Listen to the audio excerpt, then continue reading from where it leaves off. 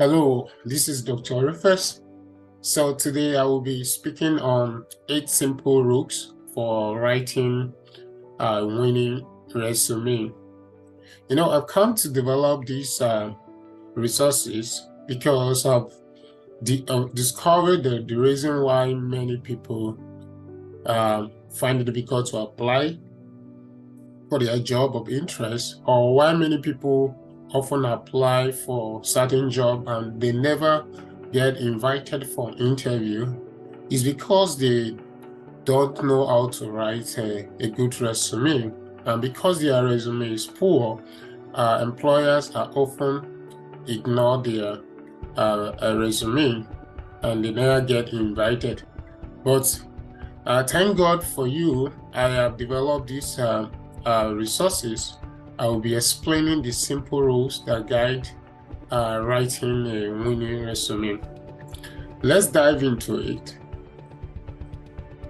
The number one rule is you must limit your resume to 1 or 2 pages. Ideally, for a new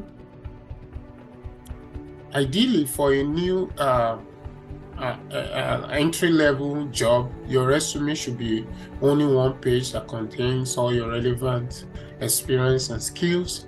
But if you have a lot of experience and you should not fit your information in more than 2 pages. This will allow employer to be able to easily review your application without any excess information. And another reason why you need to include your resume in just 1 or 2 pages, because most of the time employers will be reviewing a lot of applications and they don't have a lot of time. So if you provide too much information and your resume is too long, they may just ignore your resume. So it is good to limit your resume to just 1 or at most 2 pages to allow the employee to be able to have time to review your resume. Number 2, customize your resume for every job.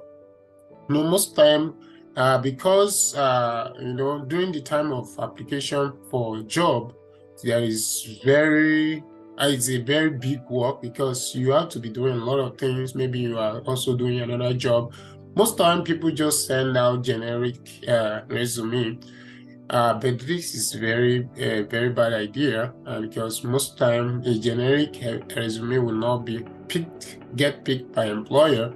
When you customize your resume, you'll be able to highlight your relevant skills and experience, to match the requirement and the description of the job.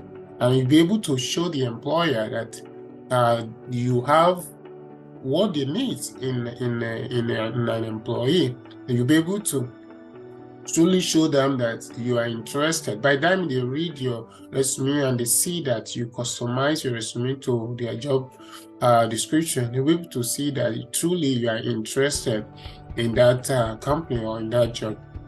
The next thing is, do not include your birth date or health status or social security, any confidential information, this information that pertain your personal life, and you don't need to include those information. Because, for instance, if you include your date of birth and other information, it can even increase the chance of you getting impersonated. You don't know where they will put the resume, and if your information gets to some people, they can sell your information or you can become impersonated. So just include only things that are important, that are related to the job. Your personal information, such as date of birth and all those stuff, health status is not needed. Then number 4, do not include anything negative in your resume. When you are writing your resume, you do not need anything that puts your employer off. For instance, your potential employer off. You don't need to include any negative thing about your current job or your previous employer. You don't need to include any negative thing. For instance, maybe if you are not like a first class or you're not a genius, maybe you don't have a straight A in your university, you don't need to say that you're not a straight A Or if you have very poor CGPA, you don't need to, include a poor CGPA. Just leave the place. Don't need to put it there. So avoid putting anything negative that can allow the employer to ignore your resume. Then the next rule is don't tell lie in your resume.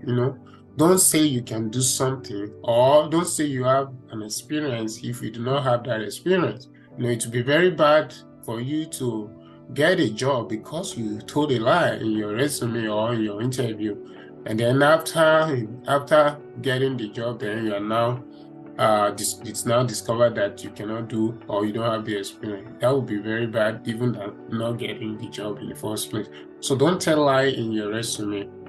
Then number 6 is make sure you proofread or review your resume before you send it to an employer. It is always good to have your friend or your mentor to proofread your resume for grammatical error, for typing error, even for structure.